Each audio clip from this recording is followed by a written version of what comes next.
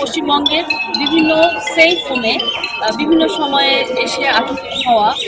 20 জন বাংলাদেশি শিশু এবং মহিলা, 18 জন শিশু এবং 2 জন মহিলা সহ মোট 20 জন বাংলাদেশি নাগরিককে আমরা আজকে হস্তান্তর প্রক্রিয়া আমরা আজকে সম্পন্ন করলাম।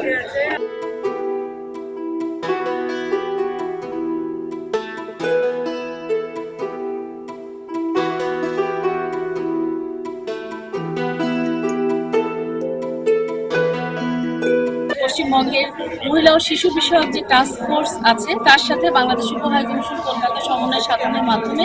আমরা আজকের এই হস্তান্তর প্রক্রিয়া সম্পন্ন করলাম এবং বাংলাদেশের পররাষ্ট্র মন্ত্রণালয় এবং স্বরাষ্ট্র মন্ত্রণালয় আমাদেরকে এই বিষয়ে সার্বিক সমন্বয় সাধনের মাধ্যমে আজকে চূড়ান্তভাবে 20 জন মহিলা এবং শিশুকে আমরা আজকে হস্তান্তর করলাম।